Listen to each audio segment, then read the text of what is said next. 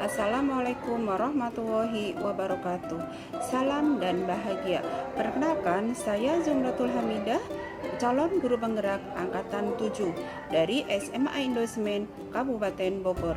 Pada video kali ini saya akan memaparkan tugas demonstrasi kontekstual modul 3.1. Pengambilan keputusan berbasis nilai-nilai kebajikan sebagai pemimpin.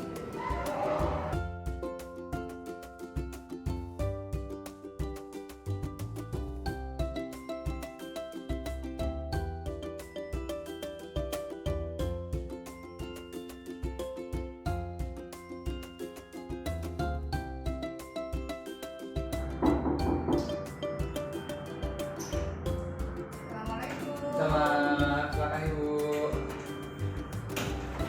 Ya, Selamat silakan siang. Ibu. Terima kasih Pak. Ya, Mohon maaf Pak, mau mengganggu waktunya sebentar. iya. Bisa Pak? Ya, silakan Bu, ada yang bisa saya bantu. Begini Pak Adam, saya ada tugas dari PGP sebagai calon guru penggerak. Saya ada tugas untuk mewawancarai beberapa kepala sekolah terkait praktik pengembangan keputusan. Bolehkah saya mengajukan beberapa pertanyaan kepada Bapak? Iya, boleh Bu. Tapi ini saya sambil baca-baca saja buat tugas Ibu. Iya. Maaf ya. Iya, nggak masalah. Ya. Ya, kita santai saja kok Pak. Iya. Iya. Iya, Ibu udah makan belum? Alhamdulillah sudah tadi makan sahur. Iya. Iya Pak, gini. Selama Bapak menjabat sebagai kepala di SMA, kepala sekolah di SMA Indosemen, adakah satu permasalahan yang Bapak hadapi sebagai pemimpin, di mana masalah itu menimbulkan dilema dalam penyelesaiannya? Jika ada, bagaimana cara penyelesaian masalah tersebut, Pak? Ya, alhamdulillah sih Bu, namanya sekolah ini kan banyak ya, pasti ada salah. Mungkin yang paling utama itu sama semua sekolah paling ujian sekolah, Iya. khususnya anak kelas 12 yang akan lulus. Karena ya orang tuanya pasti juga menyusahkan SPP atau administrasi pembelajaran untuk pembelajaran kita berjalan. Ya sampai jadwal ujian sekolah berlangsung masih aja ada orang tua yang belum biasanya yang belum bayaran. Dari proses tersebut saya sebagai dari sini harus berhadapan dengan yayasan. Karena yayasan menuntut saya untuk anaknya itu sebelum dia harus Iya, iya, iya. sebagai syarat. Oleh itu, Dalam menghadapi hal tersebut dilema antara orang tua, siswa dan juga yayasan. ya Nah, lantas keputusan apa yang Bapak ambil? kalau yang biasa saya lakukan itu komunikasi sama wali kota desa. Komunikasi memang peran penting gitu ya. Iya, iya. Terus yang paling terbaik itu biasanya kita buat perjanjian sebelum kegiatan untuk mengeluarkan jika anak memang dalam negara belum bisa, berarti kita buat SK2. Terus yang buat kelas 12 kita keluarkan SK3. Baik, dari apa yang sudah Bapak sampaikan tadi, menurut saya sih keputusan yang Bapak ambil itu sudah merupakan suatu keputusan yang solid ya Pak ya. Dan dari modul yang sudah saya pelajari saat melaksanakan PGP, di sini ada dua jenis dilema, yaitu ada dilema etika yang merupakan dilema kebenaran lawan kebenaran dan juga rujukan moral yang merupakan kebenaran lawan kesalahan. Menurut Bapak, bagaimana Bapak dapat mengidentifikasi kasus yang Bapak hadapi? Mana yang merupakan dilema etika dan mana yang merupakan rujukan moral, Pak? Ya seperti biasa Bu, yang saya lihat biasanya melalui kasusnya dulu ya. Kasusnya itu biasanya kalau yang memang menyangkut hukumnya memang harus malu ya. Jadi kita buat rujukannya biasanya moral dulu. Iya. Tapi kasus yang saya dari depan itu pilihannya yang saya anggap kalau benar-benar sama-sama benar gitu Bu. Iya, iya. Maka itu termasuk dilema ketika dilema etika. Iya. Nah, jadi nih, bagaimana Bapak menjalankan pengambilan keputusan di sekolah, terutama untuk kasus-kasus di mana dua kasus kepentingan yang sama-sama benar atau sama-sama mengandung nilai kebajikan? Ya, baru kemarin ya kita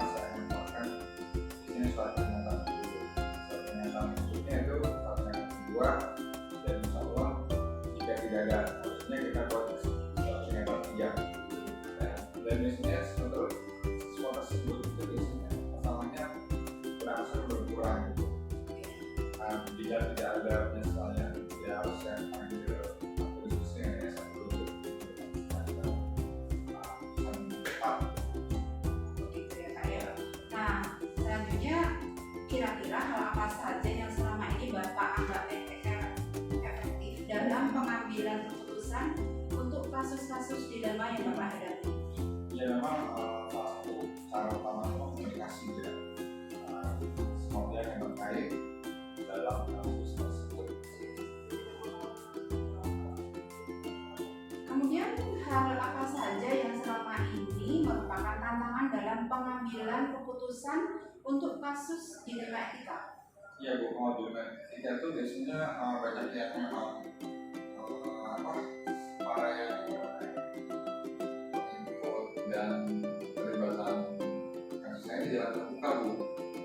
Jadi dia kita biasanya gimana ya, langsung dijadiin kasus ini di tempat aja kita selesaikan, kita laporkan, dan juga kuncinya itu terbuka. Nah, apakah Bapak memiliki jadwal tertentu dalam menyelesaikan sebuah kasus dilema etika? Biasanya sih saya bahasanya itu apa ya? Memang tidak ada secara terjadwal, tapi saya agak untuk sering-sering melihat masalah-masalah yang ada di sekolah. Jadi nanti biar terurai nggak terlalu besar gitu. Kita buat biasanya sih 1 minggu berbeda. Nanti kasusnya apa yang bermain. Jadi memang sudah dikeluarkan kita jadi keluar. Kemudian faktor apa saja yang selama ini dapat mempermudah atau membantu Bapak dalam mengambil keputusan untuk kasus-kasus dilema etika? Ya memang paling penting itu keyakinan diri sendiri gitu. Jadi kalau kita udah yakin dan juga benar, insya Allah sih akhirnya juga pasti benar gitu. Dengan segala peraturan yang kita buat. Dari yang apa yang sudah Bapak sampaikan tadi, kira-kira apa yang dapat dipetik dari pengalaman Bapak dalam mengambil keputusan dilema etika? Pertama memang untuk mendapatkan solusi terbaik dari kedua belah pihak, kuncinya itu ketika bisnis.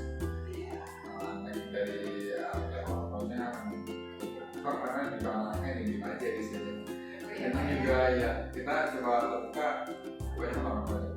Ya mungkin kalau itu sih dikarenakan mungkin anak juga punya pendapat bahwa untuk urusan pembiayaan sekolah kan urusan orang tua kayak gitu ya. Jadi kalau urusan siswa atau anak itu kan hanya belajar gitu.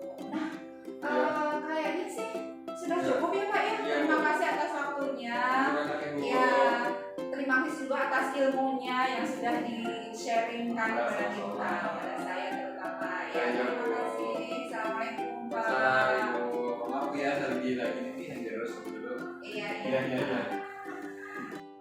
Ya, masuk. Assalamualaikum Pak. Gimana kabarnya Pak Yus?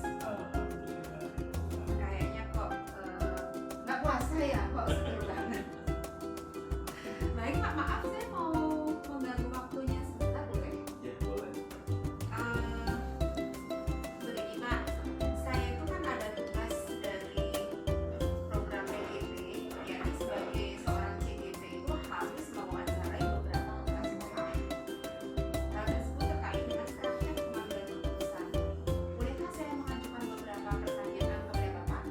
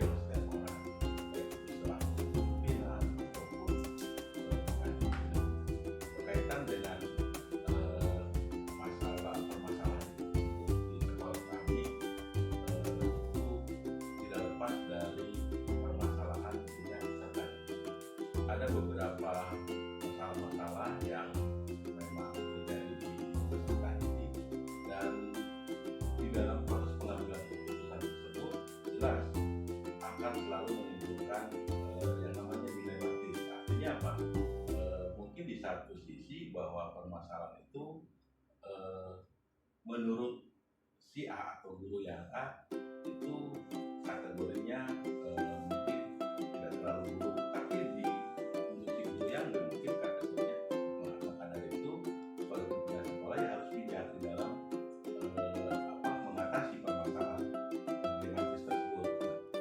Salah satu cara untuk mengatasi tersebut biasanya setiap permasalahan yang ada di sekolah kami, terutama untuk petani, kami biasanya tetap yang paling utama adalah bagaimana di setiap penanganan masalah tersebut itu mengidentifikasi. Artinya permasalahan yang terjadi di anak itu diidentifikasi ya kita bisa jelas. Makanya secara bertahap biasanya kami menginstruksikan kepada guru terutama wali kelas. Jadi apabila ada permasalahan di anak itu ditangani wali kelas. Nah nanti wali kelas itu berkoordinasi dengan guru BK, guru BP. Kemudian apa yang harus dilakukan, apa yang harus dilakukan. Jadi permasalahan itu selama masih bisa ditangani oleh wali kelas ketika itu kami di sekolah hanya sebatas mendapatkan informasi. Tetapi kalau misalnya permasalahan itu sudah tidak bisa diambil atau tidak bisa diselesaikan di wali kelas atau di tingkat baru biasanya guru BK itu berkonsultasi dengan kami. Sehingga itu akan ditemukan titik temu. Nah kalau memang sudah terjadi titik temu baru kita biasanya akan melakukan pengambilan keputusan. Jadi tidak secara sepihak bahwa pengambilan keputusan langsung oleh pimpinan sekolah, dan tetap kami selalu mengimbau atau menginstruksikan ada identifikasi permasalahan. Dari permasalahan yang ada tersebut, apa keputusan yang Bapak ambil? Di dalam pengambilan keputusan, sebenarnya kami berpatokan berdasarkan data dan fakta dari informasi yang didapat dari wali kelas ataupun guru BK. Tidak serta merta pada saat ada laporan dari BK kemudian pimpinan sekolah itu lantas membuat sebuah keputusan. Nah biasanya kita akan dilakukan secara diskusi dulu, bahkan pernah suatu kejadian terjadi di mana di situ permasalahannya tidak proses pembulian. Nah di satu pihak bahwa itu dikatakan pembulian, tapi di pihak lain bahwa itu merupakan akhirnya guru BK itu mengadakan konversi kasus. Jadi kita undang orang tuanya, kita undang teman-teman dari anak tersebut, kemudian kita bukan dalam suatu ruangan, dan di situ kita bisa tahu dari informasi yang ada dari permasalahan tersebut, sehingga kami selalu pimpinan sekolah bisa memberikan sebuah keputusan setelah mendapatkan data dan fakta. Berarti pada saatnya ketika mengambil keputusan itu ada sebenarnya berat untuk keputusan sebenarnya. Nah dari modul yang sudah saya pelajari ya, di sini ada dua jenis dilema Pak. Nah ada dilematika dan juga ada dilema kebenaran melawan kebenaran. Dalam hal kunjungan moral juga merupakan kebenaran melawan kesalahan. Menurut Bapak, bagaimana Bapak dapat mengidentifikasi kasus tersebut yang sudah Bapak hadapi tersebut? Mana yang merupakan dilema etika dan mana yang merupakan kunjungan moral? Secara analisis dari identifikasi yang ada dari setiap permasalahan, kami biasanya melakukan identifikasi berdasarkan dari laporan BK. Karena biasanya setiap permasalahan yang ada, apabila BK kita mendapatkan dari wali kelas, kemudian BK kemudian menganalisis mencari data dan identifikasi sampai ke visit ke orang tua dari anak yang maka dari situ biasanya akan terlihat secara analisis apakah memang anak tersebut melakukan permasalahan itu karena memang ada sebab yang membuat timbul atau tidak. Di dalam hal seperti itu biasanya kami membuat sebuah keputusan itu ya tadi berdasarkan tindakan dan disesuaikan juga dengan peraturan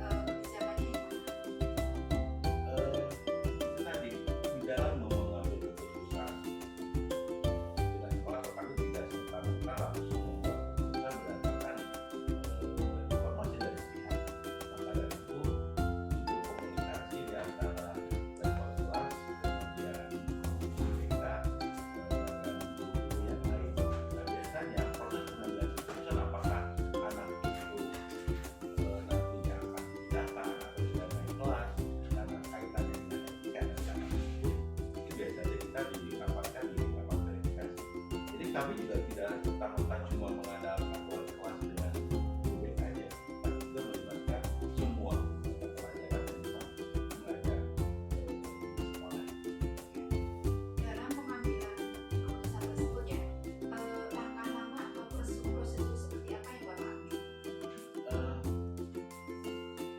Tadi sudah disampaikan bahwa setiap permasalahan kalau memang pada tingkat tiga masih bisa ditangani oleh wali kelas. Wali kelas sudah tidak mampu menangani, biasanya berkoordinasi dengan BK. Nah, BK menangani, dan kalau memang mentok juga BK nggak bisa menangani, baru biasanya naik ke kami. Dan kami biasanya mengkonsultasikan situ, atau kalau memang harus mengambil keputusan seperti apa. Cuma ya itu tadi di dalam mengambil keputusannya tidak serta-merta laporan sepihak dari BK atau wali kelas. Kami juga melibatkan guru yang lain yang memang terlibat di masalah. Dari hal tersebut, hal apa saja yang selama ini Bapak anggap efektif dalam pengambilan keputusan ketika menghadapi sebuah dilema? Maksudnya dulu. Dari pengambilan keputusan, proses ataupun langkah-langkah yang sudah diambil ya, prosedur sudah diambil tersebut. Nah, yang Bapak anggap efektif dalam pengambilan keputusan pada kasus-kasus kayak di MIK atau di keputusan orang itu, yang paling efektif yang seperti apa? Selama ini yang kami rasakan apa yang kami lakukan dengan tahapan ini itu jauh lebih efektif dibandingkan dengan mungkin kami langsung membuat sebuah keputusan dari laporan BK dan wali kelas. Kenapa? Karena kalau kita langsung mengambil keputusan tanpa kita mengidentifikasi, menganalisis dari masalah yang ada, pasti akan menimbulkan dampak baik mungkin dari komplainnya orang tua ataupun dari guru itu sendiri. Karena saya yakin bahwa di dalam permasalahan yang terjadi sebagai tadi tidak semua guru-guru pun maksudnya menyatakan kebenaran atau kesalahan. Maka dari itu biasanya ya tadi kami rasa apa yang kami lakukan itu sudah efektif mungkin dengan melibatkan semua pihak, karena di situ terjadi komunikasi tidak hanya antara guru BK dengan wali kelas atau guru BK dengan siswa, tapi kita melibatkan semua. Selanjutnya, dalam mengambil keputusan ya, hal-hal yang merupakan tantangan dalam mengambil keputusan pada kasus-kasus yang Bapak hadapi. Contohnya adalah ketika ada kasus di MIK, itu tantangannya. Tantangannya sebenarnya protes dari orang tua apabila misalnya wali kelas kemudian guru atau guru BK pada saat dia memanggil orang tua kemudian langsung memvonis tanpa melihat latar belakangnya ada, itu pasti akan terjadi. Walaupun memang belum sampai ke pimpinan sekolah, tapi biasanya pada saat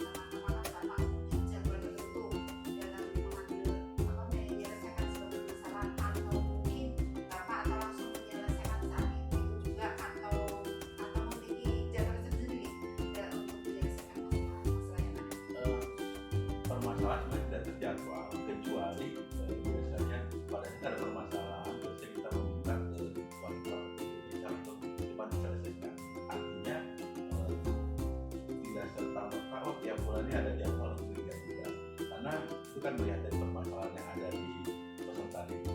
Ya kalau misalnya memang banyak dalam setiap minggunya ya kita lakukan termasuk pada konvensi kasus. Nah itu juga jadi ibaratnya bukan dadakan